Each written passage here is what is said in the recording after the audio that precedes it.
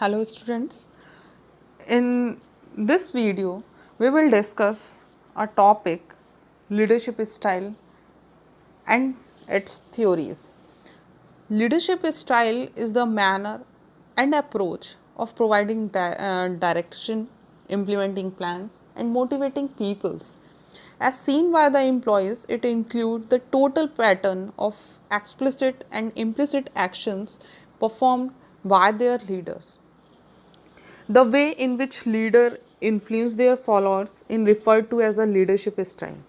The leadership style of an individual is determined by the extent of control he exercises over his followers and the way he behaves with them.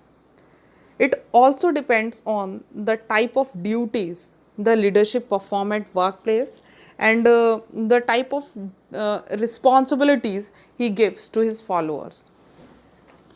The first major study of leadership style was performed in 1939 by Kurt Lewin, who led a group of researchers to identify different styles of leadership. This early study has remained quite influential as it established the three major leadership styles. First is a autocratic leadership style, second is a democratic leadership style, and third one is a laissez-faire or free rein leadership style. First of all, we can distinguish between a types of leader and types of style. There are seem to be no standard academic way of distinguish between types of leader and style of leadership, but the term has a specific meaning. There is an important distinction between them. A type of leadership is determined and identified by the personality displayed by the leader in terms of the core traits that is emphasized and by the combination of other core traits and the personal quality that are displayed and used to gain the trust of the people and lead them to commit to undertaking the major tasks facing the organization. But at the same time, a style of leadership is defined and identified by the competencies and the skills that the leader applies to guide, to facilitate and to support the people or followers of the organization in their efforts to accomplish the task. Now, we will discuss a different three styles of leadership. Autocratic leadership, which is based on a high level of control, and laissez-faire leadership, which is based on a low level of control. So, first of all, we discuss autocratic leadership. It is also known as a authoritarian leadership. This style is used when leaders tell their employees what they want done and how they want it accomplished without getting the advice of their followers. Some of the appropriate condition to use this style is when you have all the information to solve the problem and you are short on time or your employees are well motivated. Some people tend to think of this style as a vehicle for yelling and using demeaning languages and leading by threats. This is not the authoritarian style. Rather, it is an abusive, unprofessional style called bossing people around. It has absolutely no place in a leader's repertoire. The authoritarian style should normally only be used on rare occasions. If you have the time and want to gain more commitments and motivation from your employees, then you should use the participative leadership style. Authoritarian leadership style allows a leader to impose expectations and define outcomes. A one person show can turn out to be a successful in situation when a leader is the most knowledgeable in the team. Although this is an efficient strategy in time constraint period, creativity will be sacrificed since input from the team is limited. The authoritarian leadership style is also used when team members need clear guidance. They do not consider employees' suggestions, opinion or views. They believe that they are more competent and intelligent than their subordinates. There are so many characteristics of autocratic leadership styles that this is a structured set of rewards and punishments. They do not trust their staffs. The communication from flow from the leader to the follower always. It is based on a classical approach and it rely on threats and punishment to influence the employee. The staff is expected to obey orders without receiving any explanations. There are so many advantages of this type of leaderships, like time spent on making crucial decisions can be reduced in this type of leadership style. The chain of command can be clearly emphasized, so that's why the quick decision as they are made by only one person, and manager provide a strong motivation and reward to the workers. The mistakes in the implementation of plan is also can be reduced, and the less competent subordinates also have a scope to work in the organization under this type of style, as they do not negligible planning or organizing and decision making. So using this type of leadership style create a consistent results. There are some disadvantages also, for like a very strict leadership style can sometimes leads to employee rebellions. It kills employees' creativity and innovations. It reduces group synergy and collaborations. It the group's inputs is reduced dramatically in this type of leadership style, and this type of leadership style also increase the employee turnover rate. So these are the disadvantages of autocratic leadership style. There are some limitations also. People in the organization dislike it, especially when it is strict and motivation style is negative. And this type of leadership style, employees lack motivation, has frustration. The low morale and conflict developed in the organization affect the organizational efficiency as well. There is more dependence and less individuality in the organization. As such, future leaders in the organization do not develop. Now, next type of leadership, that is a participative or democratic leadership style. This style involves the leader including one or more employees in the decision making process, determining what to do and how to do it. However, the leader maintains the final decision making authorities. Using this style is not a sign of weakness, rather it is a sign of strength, and that your employee will respect. This is normally used when you have a part of the information and your employees have other parts. So a leader is not expected to know everything. This is why you employ knowledgeable and skilled people.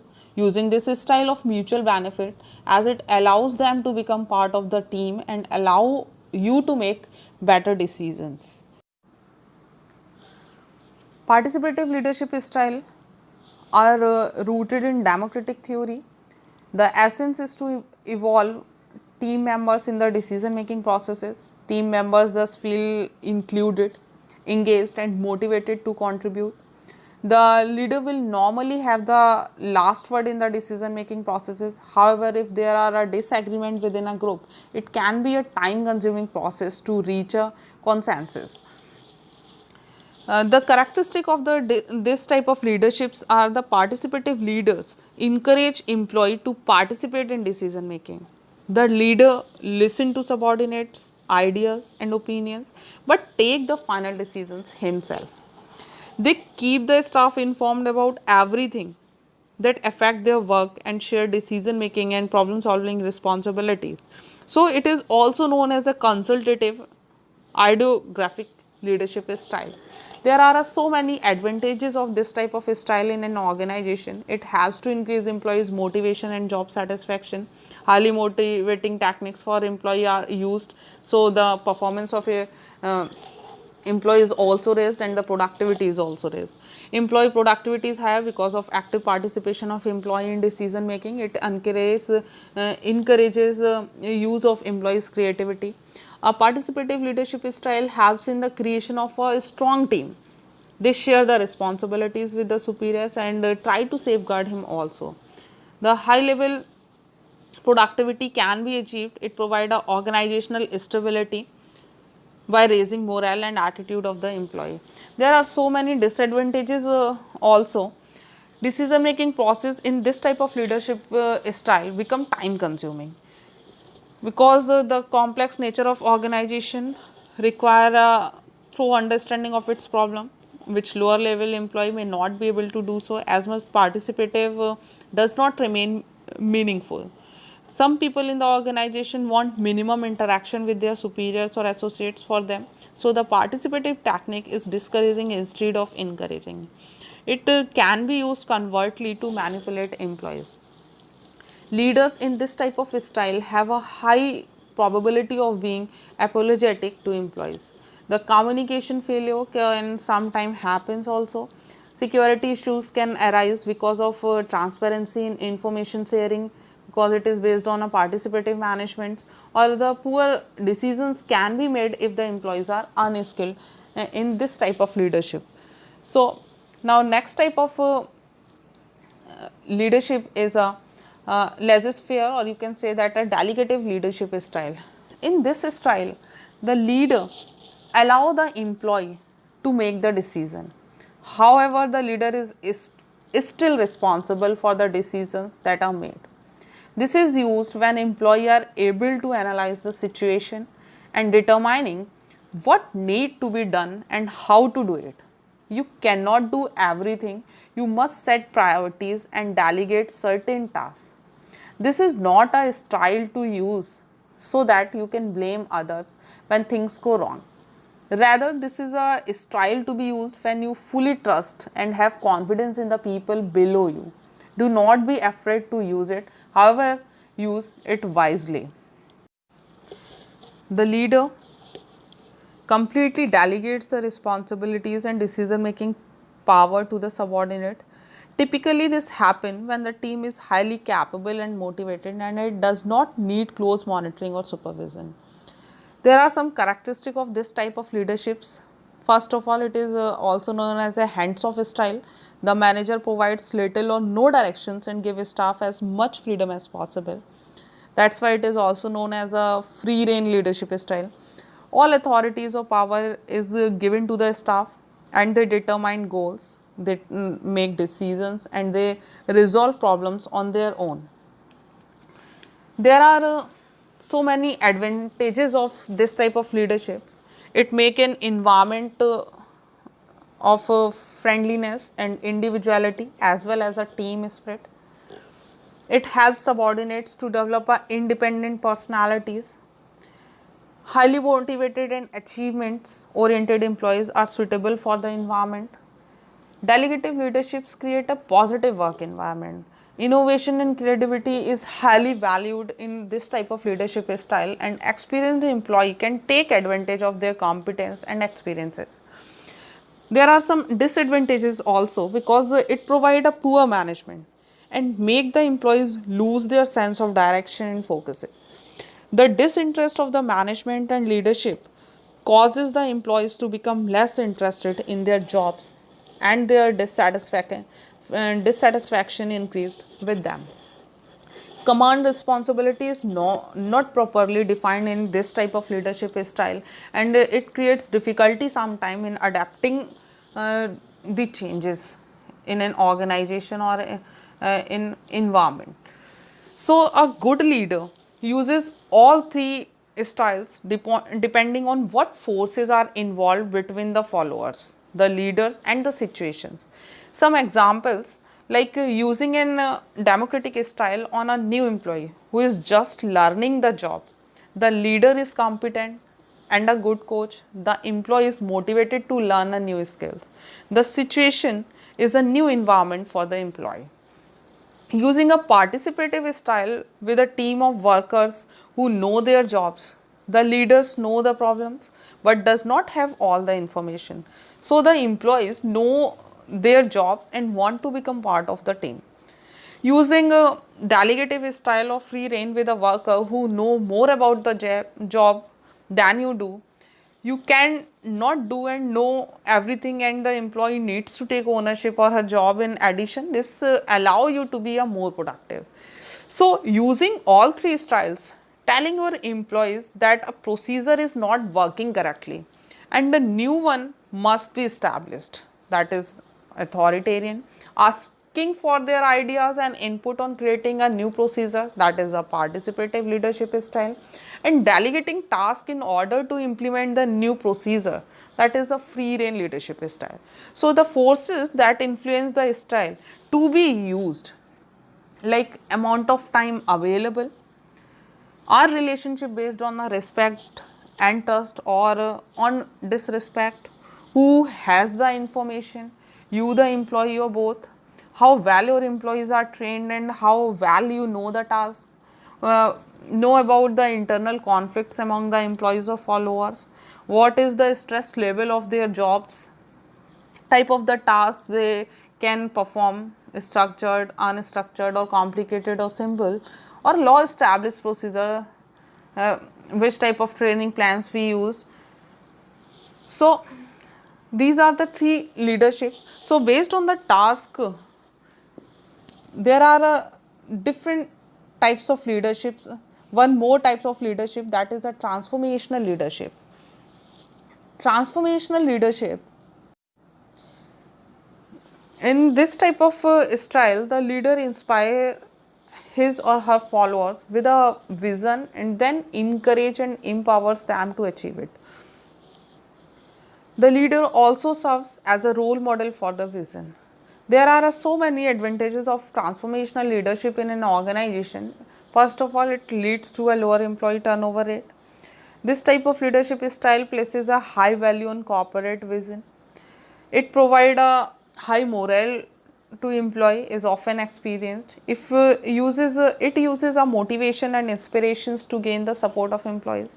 It is not a coercive approach to leadership, but it places a high value on relationships. There are some advantages of leadership. Transformational leadership styles are it leaders can deceive employee in this type of style. The consistent motivation and constant feedback may be required sometime. Task can not be pushed through without the agreement of an employee, and transformational leadership style can sometimes leads to the deviation of protocols and regulations. So this type of leadership is highly people emphasized. That's why sometimes the task is affected. Now comparison of leadership styles. First of all, on the basis of concentration of power, in autocratic leadership style, the concentration of power is with manager.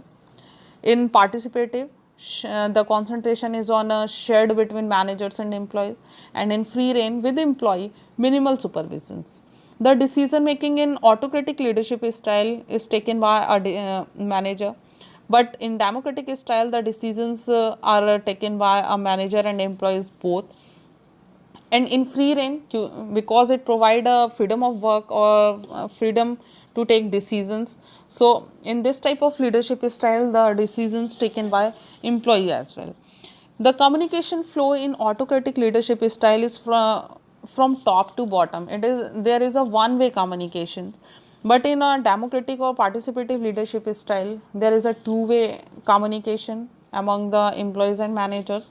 And free rein leadership style, the communication flow is a widespread and as needed. So now we come to a theories of leadership. The theories of leadership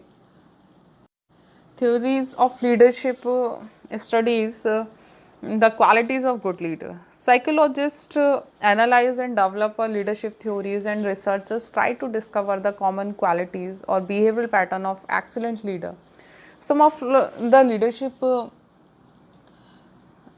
aspects they consider include personality traits, their actions, environment or situation, decision making process, or how input is received, or how relationships are maintained. So the leadership style is the way a leader approach managing their team members. Leadership style were formally developed as a result of studies on leadership theories, and each style include a distinct quality. So the common leadership styles include a coach, visionary, servant, uh, which helps to create main leadership theories. So first of all, we discuss behavioral theory. So in a behavioral theory, first theory focuses on how leaders behave, or what does a good leader do. For instance, do leaders dictate what need to be done and expect cooperation, or do they involve their teams in decision making, or to encourage acceptance and supports? The behavioral approach is also simple in its philosophy. It states that the best way to study and to define leadership is in terms what leader do rather than in terms of what leaders are. Thus, one is concerned with leader behaviors rather than leader traits. They attempted to identify the behaviors that were unique to leader and which distinguish them from non-leader. In the 1930s, Kurt Lewin developed a framework based on a leader's behavior. He argued that there are three types of leader. First is a autocratic leader who makes a decision without consulting their teams. This style of leadership is considered appropriate when decisions need to be made quickly, when there is no need for inputs, and when team agreements is not necessary for a successful outcome. Second is a democratic leader who allows the team to provide inputs before making a decisions, although the degree of inputs can vary from leader to leader. This style is important when people or team agreement matters, but it can be difficult to manage when there are lots of different perspectives and ideas. And third form is a laissez-faire leadership. It don't interfere. They don't interfere. They allow people within the team to make many of the decisions. This works well when the team is highly capable, is motivated, and does not need close supervision. However, this behavior can arise because the leader is lazy or distracted, and this is where this style of leadership can fail. Clearly, how leaders behave affects their performance. Researchers have realized, though, that many of these leadership behavior are appropriate at different times. The best leaders are those who can use many different behavioral styles and choose the right style for each situation, who focuses on how leaders behave at a workplace or with their peoples or their followers. Now, the second theory that is a contingency theory, which focuses on how does the situation influence good leadership. The realization that there is no one correct type of leader led to theories that the best leadership style depends on the situation. These theories tried to predict which style is best in which circumstances. For instance, when you need to make a quick decision, which style is best? When you need the full support of your team, is there a more effective way to lead? Should a leader be more people oriented or task oriented? There are all questions that contingency leadership theory try to address. Popular contingency based models includes path goal theories and Fadler's contingency models. According to this model, leadership requirement depends on the situation faced by the leader, and the choice of the most appropriate style of leadership depends on whether the overall situation is favorable or unfavorable to the leader. So first of all, we identifying the leadership style. Then we find out the least preferred co-worker scale and situational favorableness and unfavorableness. According to this we can find out the results. So basically the contingency theory is focused on a situation and which determine or predict which leadership style best in which type of circumstances or which type of situations. Now we discuss a third theory, that is a trait theory. Trait theory argues that effective leaders shares a number of common personalities, characteristics or traits. It focuses on what type of person makes a good leader. Early researchers studied the personality characteristics that make a person a leader and concluded that the leader are born, not made. This is also known as a great man theory. For example, famous personality like Napoleon and Alexander were natural leaders and would have become leaders even if they had to face situations different from what they actually face. So the trait approach arose from the great man theory as a way of identifying the key characteristic of successful leaders. It suggests that you are identify a potential leader by examining the personality traits of the person and matching them to the characteristics real leaders possesses. The philosophy of the trait approach is quite simple and would seem at least initially quite logical. Successful leaders are assumed to possess more of certain traits than unsuccessful leader. This is the notion of the ideal leader or the ideal leader profile, which describes which trait a good leader should possess a lot of and when and which trait he should possess in only minimum amount.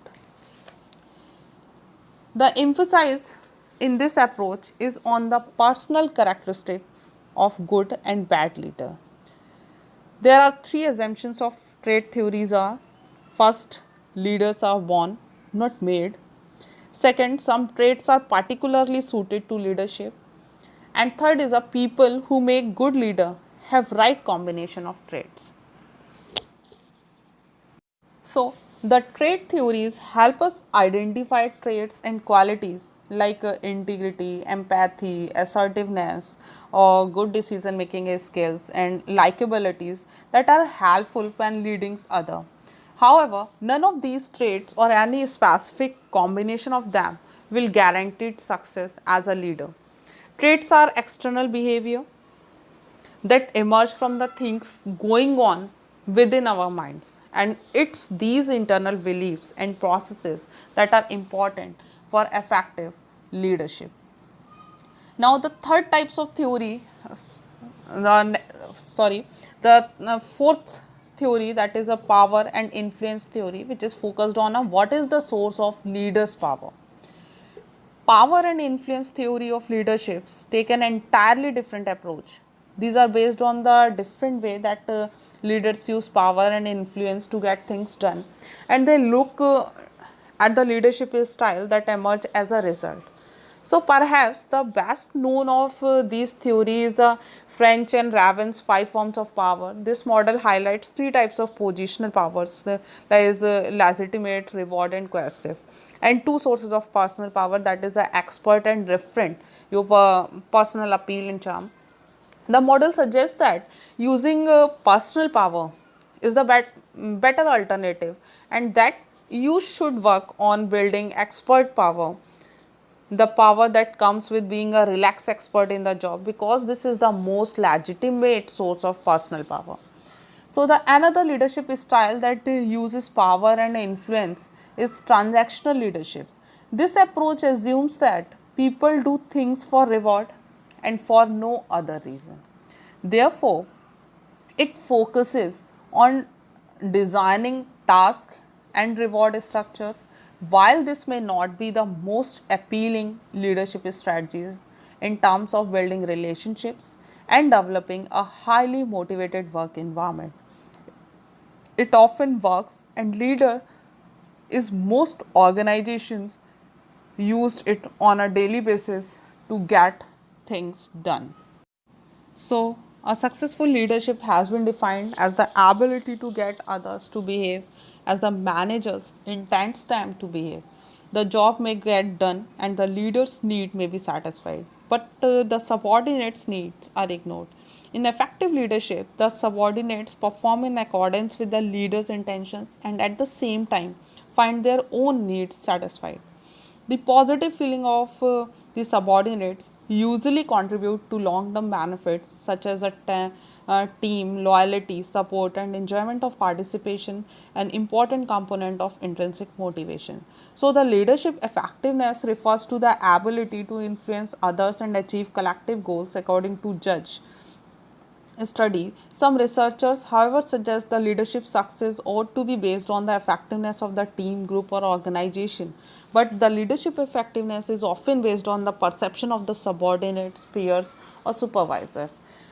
So, the theories and style of leaderships are better for certain work environment than others. For example, if you are a sales manager and your team must meet a sales quote in 1 month, you may prefer transactional leadership to make sure they meet their goals, and you can practice a single style or try a mix based on your needs.